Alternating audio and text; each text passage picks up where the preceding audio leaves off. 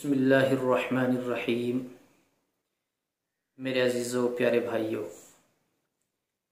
अल्लाह तबारक व तआला ने फलों के अंदर बड़ी खुसूसियतें रखी हैं।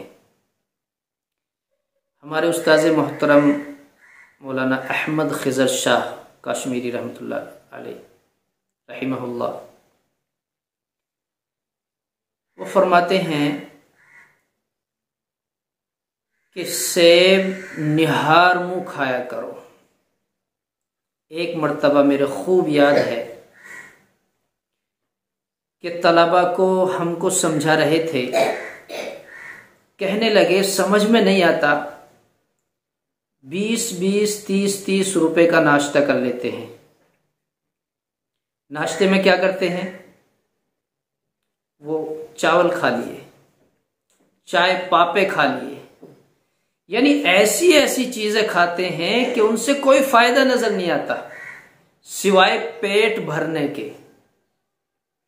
तो ये फरमाते थे एक सेब खाया करो, सिर्फ एक सेब सुबह खाली पेट मीठा सेब खा लिया करो, फिर देखो इंशाअल्लाह कितना नफा होगा।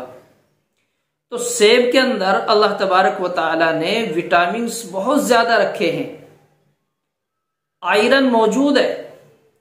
लेकिन एक बात का ख्याल रखें, सेब हमें जब भी खाना है तो उसका छिलका उतार के खाया करें, क्योंकि उसका छिलका बहुत सख्त होता है, वो हमारा मैदा हजम नहीं कर पाता।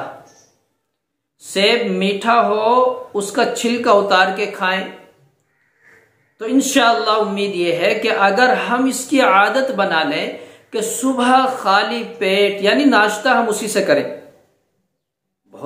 एक सेब तकरीबन 1 पाव का होता है, मजीद नाश्ते की जरूरत भी नहीं है, उसको खाया करें तो उम्मीद यह है कि इंशाअल्लाह डॉक्टरों के पास आप जाने से बच जाएंगे। और ये गारंटी से बता रहा हूं मैं। वजह क्या है कि इसके अंदर अल्लाह तबारक व तआला ने बड़ी खुसूसियतें रखी हैं और सेब का जिक्र तज़किरा जगह जगह होता है। और आमतौर पे जब भी फलों का नाम आता है, फलों का जिक्र आता है, तो सेब उनमें सरदार नजर आता है, सेब बड़ा कीमती नजर आता है। तो इसलिए सेब सुबह खाली पेट खाना चाहिए। इसके अलावा और हजरात ने अपने मौकों पर, डॉक्टरों ने अपने एतबार से इसके फवाइद बताए हैं, इसकी खुसूसियतें बतलाई हैं।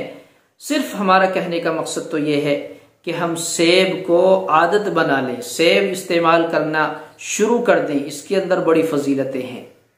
सुबह हम क्या करते हैं?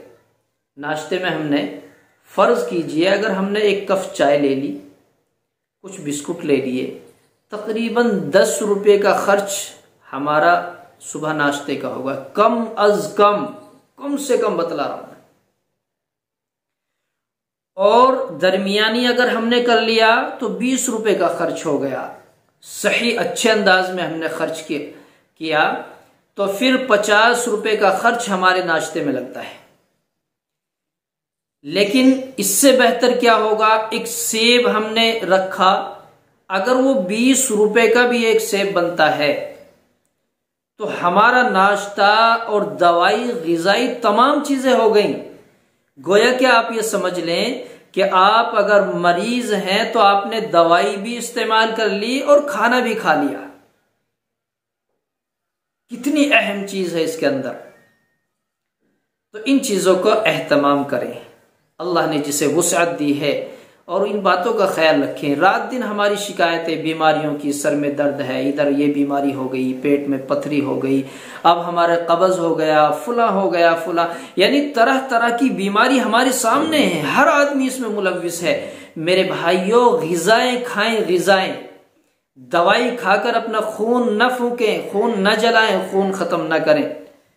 दवाई आपको तंदुरुस्ती नहीं दे सकती, दवाई वक्ती तौर पर बीमारी खत्म कर सकती है। गिजा आपको तंदुरुस्ती भी देगी, बीमारियों से इफाका भी करेगी। तो इंशाअल्लाह इसका हम एहतमाम करें। यह बात मेरी इसलिए जहन में आ गई, सुबह के वक्त मैं भी अक्सर इस्तेमाल कर लेता हूं। मैंने चाहा अद्दाल्लु अलल खैरि कफ़ाइली, भलाई का हुक्म करने वाला खुद उसके करने वाले की तरह है।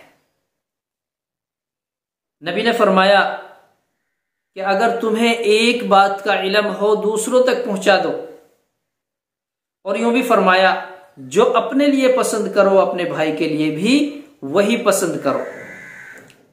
मैं अक्सर बसा औकात इसको कर लेता हूं, तो इसलिए आप हजरात भी करें, इंशाअल्लाह नफा होगा।